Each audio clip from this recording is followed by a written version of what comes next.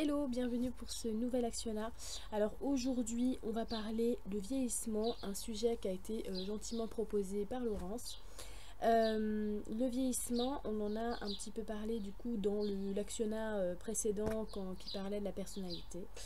Et puisqu'on voyait comment évoluait la personnalité, on pouvait voir comment stagne en fait comment peut stagner ou comment peut évoluer la personnalité. Et finalement, oui, ça touche aussi le vieillissement. Alors, je trouve que c'est un super sujet parce que j'ai vraiment euh, posé beaucoup de questions là-dessus. C'est-à-dire que on, on sait par exemple que le temps est relatif, mais que le temps existe parce que quand il y a de l'espace, il y a du temps. On ne peut pas aller à un point A à un point B dans la matière-espace sans que ça mette du temps. Même si finalement c'est nous qui calculons le temps. Donc ce qui crée du temps, crée de la vieillesse et puis des cycles aussi, parce qu'on peut voir que dans la nature, juste à observer ce qui nous entoure, tout est cyclique et tout se régénère et se retransforme en permanence. Donc même si tout se transforme en permanence, on peut dire que dans la matière, tout est périssable, donc ça périt, puis ça revient un peu comme le phénix. Le fruit va tomber de là, pourrir, et puis ensuite va laisser ses graines pour refaire d'autres arbres, qui refont d'autres fruits. Et voilà, en fait, c'est un... on peut pas forcément appeler ça un vieillissement, puisque nous, on met des mots, je trouve, assez, comment dire, assez réducteurs en fait par rapport à notre point de vue, puisque on va trouver qu'un fruit vieillit, par exemple, au lieu de dire qu'il se transforme. Et on parle de dégénérescence en fait, quand par exemple le fruit va commencer à pourrir. Or, il est en train de commencer sa transformation en fait. Et une autre fusion, par exemple quand il est en train de pourrir sur le sol, en train de fusionner avec la matière, la mère matière, avec la terre. Donc voilà, on a une notion comme ça, nous, très étriquée de vieillesse. Et en même temps, on sait que c'est absolument relatif la vieillesse. Et justement, c'est ça que je voulais aborder avec vous. Parce que puisque nous sommes des tuyaux et que nous sommes reliés directement à la source de tout ce qui est, exactement comme un arbre qui va qui peut vivre des centaines, voire plus d'années, nous avons cette capacité de nous auto-régénérer, et j'en ai parlé dans les premiers actionnats en parlant de toutes ces périodes de 7 ans. Tous les 7 ans, notre corps fait un reset et on se régénère. Mais évidemment, si on devient de plus en plus opaque, cette régénération se fera de moins en moins. Ou alors le ménage, on va dire, qui va être que partiellement fait. Le vieillissement, il y a plusieurs niveaux pour évidemment comprendre ça, puisque nous-mêmes nous sommes faits de plusieurs corps. Ce que je veux dire par là, c'est que par exemple au niveau du corps charnel, le vieillissement, ça va être l'acidité du corps, le pH trop acide du corps qui va faire que ça devient un terrain fertile, on va dire, à bah ouais, la dégénérescence. Par exemple, quand on voit, bon voilà, quand on est en train on est enterré et qu'il y a des petits vers qui viennent, bon les vers viennent pas parce qu'ils sont méchants ou quoi, mais en fait ils viennent par rapport au terrain que eux, à quoi ils aspirent. Donc c'est l'acidité, le pH acide. C'est pour ça qu'on entend beaucoup parler de l'eau alcaline, de pH de ce qu'on mange. En fait, c'est l'histoire de préserver l'équilibre, le pH de notre corps. Et ça, vous entendrez beaucoup parler. Maintenant, moi, ce que je voulais voir avec vous, c'est ce que moi j'ai demandé. J'ai demandé et j'ai eu les réponses sur c'est quoi de vieillir en fait. Et je voulais savoir parce qu'on est un tuyau. On est un tuyau et Donc on arrive ici, on se développe, on évolue, on est un bébé. Alors c'est ici, hein, c'est comme ça, c'est parce qu'on est encore en matière, mais il y a beaucoup de sphères où c'est plus du tout comme ça, hein.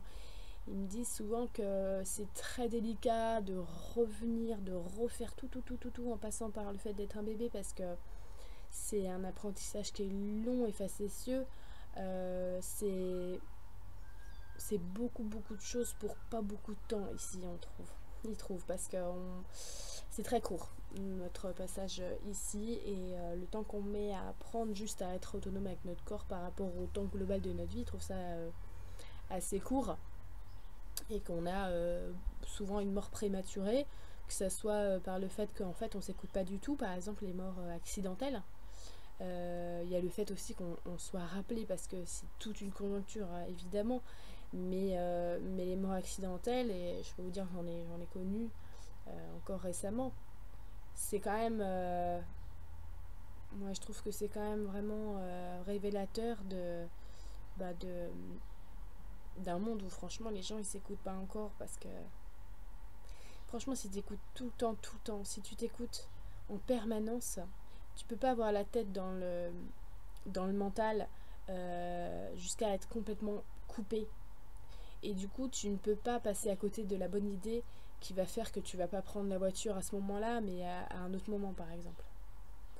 Et en même temps, ça marche aussi dans l'autre sens, dans le fait où tu as été d'accord pour être appelé, et du coup, tu vas t'écouter à ce moment-là, et tu vas prendre la voiture à ce moment-là, vous voyez.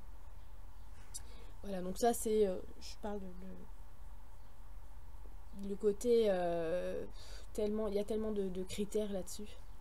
Moi, ce que je voulais vraiment savoir, c'est notre capacité à s'auto-régénérer. Alors, on peut le voir par exemple par le fait qu'on n'a pas forcément besoin d'aliments matières pour s'alimenter, même si ça demande une conscience vraiment de notre corps au-delà de notre corps, hein. On appelle ça le bigou, respirianisme, la nourriture prana, vous avez peut-être déjà entendu parler. C'est juste que dans ce fait-là, on n'est pas obligé de s'alimenter de matière. Et en fait, on se régénère d'une autre manière, directement en fait, une manière un peu plus directe, puisque finalement, je l'avais déjà dit dans une conférence avec Lydie, je crois. C'est très simple, quand vous mangez une tomate, vous mangez en fait le soleil contenu dans la tomate. Hein, le soleil, l'eau, voilà, les éléments que vous n'arrivez pas à prendre directement, la grande pure énergie du soleil qui est une très haute vibration, qui vous pouvez pas, vous avez l'impression que vous pouvez pas l'assimiler du moins totalement pour être totalement nourri, et bien elle vient faire cette tomate et puis bah, vous mangez la tomate et c'est ça qu'on va transformer et qui va nous donner notre carburant, qui va nous régénérer. Voilà. Mais si on regarde bien, il y a quelque chose d'autre qui fait qu'on se régénère. Il y a une autre énergie très haute qui vient en permanence nous traverser. Vous n'avez pas une petite idée? Eh bien justement, c'est les idées. Les idées nous traversent en permanence à partir du moment où on laisse la porte ouverte aux idées. Ça veut dire qu'on n'a pas les idées arrêtées. Et regardez bien. Moi, ce que je vois dans la vieillesse pour moi, c'est vraiment une maladie. La vieillesse, hein, je parle. Le fait de vieillir et de se recroqueviller comme ça. Regardez bien, les vieilles personnes, elles ont tendance à se recroqueviller sur elles-mêmes, à finir leur cycle comme ça, en se tassant. Et regardez bien, elles ont du vécu, ces personnes-là, elles ont de l'expérience. Mais mon Dieu, la plupart du temps, elles ont des idées arrêtées. Elles ont beaucoup appris et à un bout d'un moment, je trouve qu'il y a un cap où elles ont décidé qu'elles n'ont plus rien à apprendre de la vie.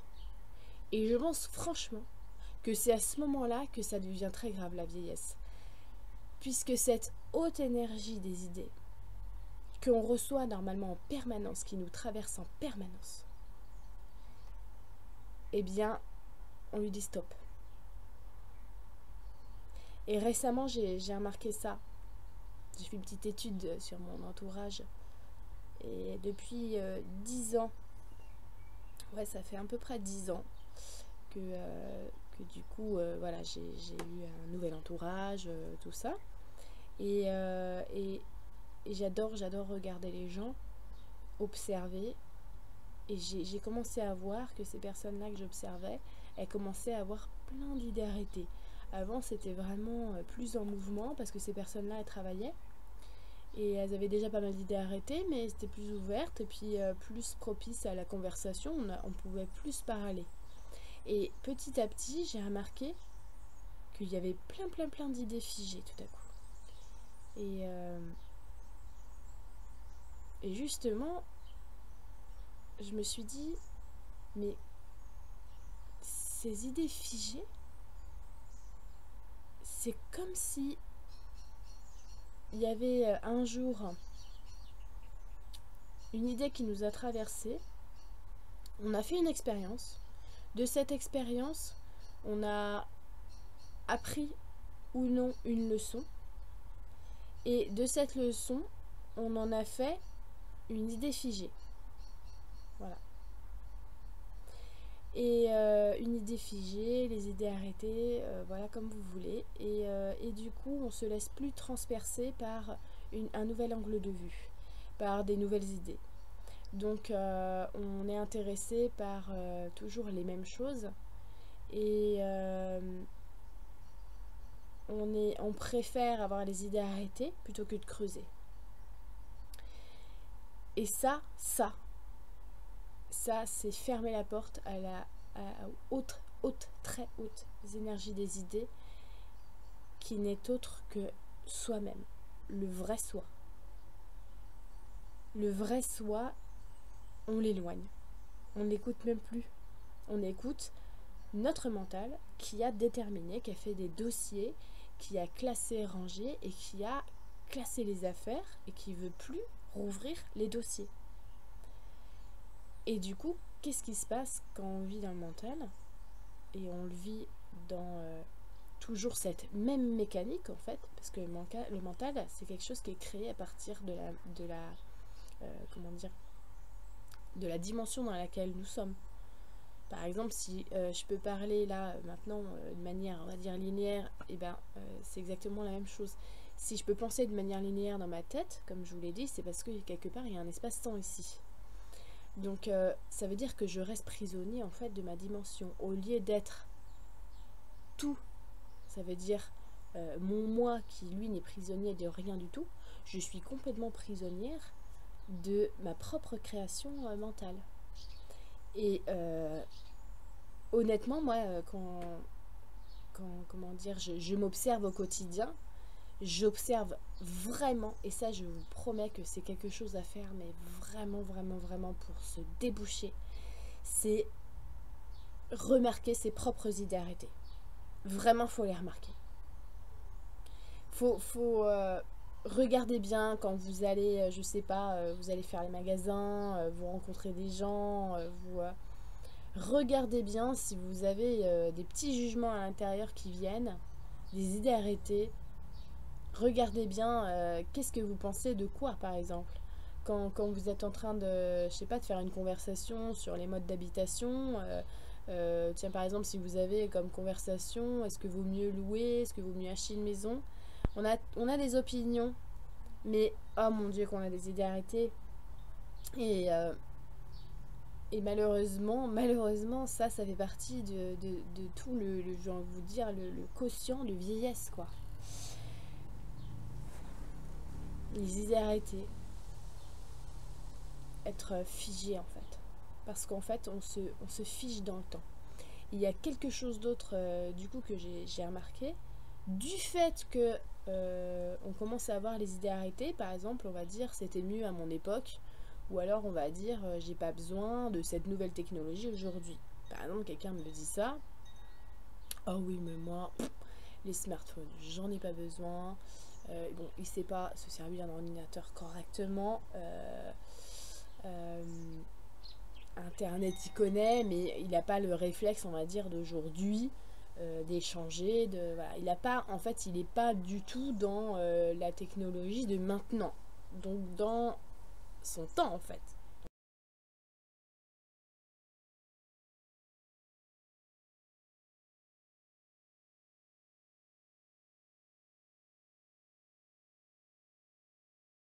Donc, il a défini que les smartphones c'est pas pour lui, ok. Internet, bon, de manière limitée, et ses compétences sont extrêmement limitées, voilà, dans tout ça, on va dire. D'accord, mais cette personne, elle a 60 ans. Je veux dire, 60 ans, c'est un bébé. 60 ans, c'est pas beaucoup quand même. 60 ans, bon, ça veut dire 2 fois 30 ans. Et ça veut dire qu'elle a déjà défini quelque part que ça s'arrête elle là. Et que elle reste dans son temps. Et ce que je me suis dit vraiment tout de suite quand j'ai écouté, non, moi je me suis dit, mais mon Dieu, mais dans 10 ans. Parce que là encore, c'est pas trop flagrant, c'est pas trop grave d'être, comment dire, un petit peu, bon, d'être pas lié à toute cette technologie. De toute façon, c'est que de la technologie, vous allez me dire, d'accord. Mais dans 10 ans, est-ce qu'on se rend compte de tout ce qu'il y a eu en 10 ans? Donc, dans 10 ans, c'est pas un tout petit train de retard que la personne va avoir. C'est qu'elle va être complètement déconnectée de tout. Et donc, elle va être dans l'ignorance. Et là, ce que je veux vous dire, c'est que de cette ignorance, elle va s'enfermer totalement, la personne. Puisque elle va se conforter dans ses idées arrêtées. Et par ignorance, elle va dire que bah non, c'est pas bien, ou c'est pas ci, ou c'est pas ça. Elle va complètement se couper, en fait. Et elle va se replier sur elle-même. Alors, je dis pas qu'on se replie sur nous-mêmes juste quand on se met pas à la technologie. Et je dis juste que quand on arrête de vivre avec son temps et qu'on arrête d'apprendre, quand on arrête de rester ouvert et qu'on veut figer les choses qu'on a connues comme des choses universelles, on arrête de grandir, on arrête d'évoluer, on arrête de changer l'air de nos pensées. Et du coup, on stagne et ça pourrit à l'intérieur. Au bout d'un moment, on devient mais complètement à côté de la plaque. Moi, ce qu'ils m'ont vraiment expliqué pour la vieillesse, ils m'ont dit, tu es un tuyau. Tu es un tuyau, ça marche dans tous les sens du terme. Ça veut dire que ça marche sur toutes les dimensions. Donc, au niveau matériel, tu es un tuyau, c'est à toi de voir, c'est à toi de gérer voilà, c'est à toi, tu as la responsabilité de ce que tu vas manger et ainsi de suite. Donc, tu es un tuyau pour ça. D'un point de vue émotionnel, t'es un tuyau, tu sais très bien qu'il y a des émotions évolutives et d'autres qui sont en train de te tirer vers le bas. Donc là encore, tu as la responsabilité de ton tuyau. Ok. Et ils m'ont dit, t'es un tuyau au niveau de ton mental. Ton mental, tu as la possibilité de faire transiter tes pensées ou non. D'accord? Donc, si tu veux les faire figer, évidemment que si tu bouches ton tuyau, d'accord? Ton tuyau, qu'est-ce qui se passe quand on bouche un tuyau? Bon, bah, il s'encrasse, il devient de moins bonne qualité. Qu'est-ce qui peut y arriver? Il peut se casser. Il peut se casser le tuyau. Bon, alors c'est à moi j'ai cette responsabilité-là de prendre soin de mon tuyau au niveau mental évolutif, d'accord?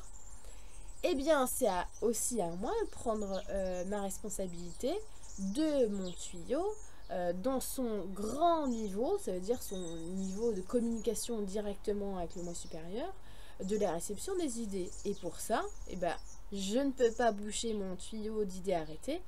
Et là, vous allez retrouver un enseignement que vous avez peut-être lu, c'est-à-dire que dès qu'on a un tilt, dès qu'on a un enseignement, une révélation qui arrive, on le lâche pour aller à la suite. Mais oui, parce qu'on ne bouge pas son tuyau. C'est pas, ah, ça y est, j'ai compris comment ça marche les anges. Alors maintenant que j'ai compris, ça y est, je m'arrête là. Je m'arrête là, c'est bon, j'ai compris. Ben non, t'as peut-être compris ça de tout ça. Ce que je vois beaucoup dans les partages autour de tous ces sujets-là d'ailleurs, c'est à quel point les choses ont été figées par exemple, on est en train d'un côté évoluer dans la science au niveau de la physique quantique, et d'un autre côté, on est complètement genre figé sur oui, alors les anges, les archanges. Excusez-moi, mais quand moi je vois encore qu'on donne des formes aux anges et aux archanges et qu'on les nomme. Alors je sais qu'il y a eu des travaux formidables qui ont été faits pour ça. Évidemment, moi aussi je connais les travaux de Doreen Virtue. Je dis juste qu'au bout d'un moment, on parle pas de matière, on parle pas de 3D. Alors pourquoi on est obligé de les matérialiser comme ça? On parle d'une densité qui est tellement faible que mon Dieu, mais ces entités-là, elles ne tiennent pas dans un corps comme le nôtre. Peut-être qu'elles peuvent nous imprimer une image à laquelle nous on peut se référencer, parce que bah, nous on a besoin de voir un petit peu un petit schéma de à quoi ça ressemble, parce qu'on n'arrive pas à se conceptualiser quelque chose d'abstrait. D'accord? Moi, quand je parle, quand je conceptualise un ange, je sais qu'on parle en termes de fréquence et de vibration. Et évidemment que je peux m'en faire une représentation physique. Évidemment que je peux donner à cette vibration un nom. D'accord? Mais je ne dois pas m'en faire quelque chose de figé parce qu'on parle de quelque chose d'immatériel. On parle d'une vibration. C'est immatériel, comme je veux dire, une vibration, c'est une vibration. Voilà. Donc du coup, je m'en fais pas quelque chose de figé. Et quand je vois que bah, voilà, il y a cette mode là de faire bah oui, alors tac tac tac, t'es né tel jour, t'as tel machin, tel truc, je trouve que c'est tellement figé que finalement ça nous ramène dans une espèce d'enfermement, d'autres croyances qui sont pas forcément mieux ou moins bien que je sais pas, des croyances religieuses par exemple, vous voyez. C'est juste que tout ça, c'est enferme. Ça enferme toujours. Par exemple, quand j'avais eu ma petite fille récemment et qu'on m'a dit, tiens, elle est née tel jour, alors c'est tel ange qui veille sur elle, je me suis dit, bah non. Écoute, t'es gentil, mais c'est pas exactement tout comme ça. C'est des raccourcis qu'on a fait, qu'on a créés, mais non. Euh, voilà, c'est... Merci. Alors, ce que je vois comme image qu'il me donne, c'est par exemple, tu as l'idée d'une maison. L'humain, il a eu l'idée d'une maison, ok, de faire des maisons. Bon, et ben les maisons, c'est pas parce qu'on les construit avec 2 fenêtres en carré comme ça, avec des parpaings et des ardoises, par exemple, que ça, c'est la représentation universelle de toutes les maisons. Vous voyez? En fait, une maison, ça peut être, mais mon Dieu, il peut y en avoir autant d'exemples qu'il y a, je sais pas, d'étoiles dans la galaxie. Ça veut dire qu'il y en a des milliards. C'est une infinité de possibilités. Mais nous, on en a réalisé une avec ces parpaings et puis ces petits... ces ardoises. C'est ça que je veux dire. Donc, vous avez entendu sûrement, voilà, ce que je sais, c'est que je ne sais rien. Eh bien oui, en fait, c'est que tout simplement, restons totalement ouverts parce que nous sommes des canaux et nous sommes des transmetteurs. Donc ça veut bien dire qu'on fait passer l'énergie à l'intérieur de nous, on la fait vivre, on la transforme et on l'émet parce qu'on est aussi des émetteurs. Mais voilà, si on veut garder cette capacité à émettre, à rayonner, hein, eh bien encore faut-il accepter de recevoir cette lumière dans tous les sens du terme. Donc recevoir la nouveauté, recevoir des idées, recevoir de nouvelles pensées, être d'accord pour aérer ses pensées et penser différemment, continuer tout le temps. Recevoir comment dire toute cette guidance en fait, toute cette intuition à l'intérieur qui va toujours nous mener vers le débouchage de notre tuyau quoi. Et voilà, c'est un super sujet que la vieillesse, c'est super. Et franchement, si je pouvais vous donner un conseil, c'est d'en parler directement avec votre équipe, avec tous les outils que je vous donne pour parler directement. Essayez d'avoir une conversation avec eux. Vous pouvez vous projeter dans un lieu. Imaginez que vous parlez avec un membre de votre équipe sur ce sujet et demandez lui s'il continue pas à apprendre tous les jours, s'il ne suit pas tout le temps son écoute à l'intérieur, comment il fait, comment il est en reliance tout le temps. Le fait aussi que ces cellules sont souvent, hein, pour ceux qui nous accompagnent, sont totalement fusionnées avec leur moi. Ils n'ont plus de séparation comme ça, ils n'ont pas de problème d'ego, hein. Souvent, je veux dire, l'ego c'est pas quelque chose de méchant du tout, du tout, du tout. C'est juste qu'il ne faut pas qu'il se sépare et qu'il fasse son chemin tout seul, le petit loulou. Et souvent, ils ont une bonté intérieure superbe. Ça n'empêche pas qu'ils aient une personnalité, ceux qui nous accompagnent. Et voilà, donc c'est important, je trouve, que de comprendre que c'est à partir du moment où on fige les choses qu'on les fait vieillir, en fait. Ça vieillit. Ouais. Alors voilà, je vous laisse méditer là-dessus. Je vous embrasse et puis je vous dis à bientôt pour un nouveau module d'Actiona. Ciao!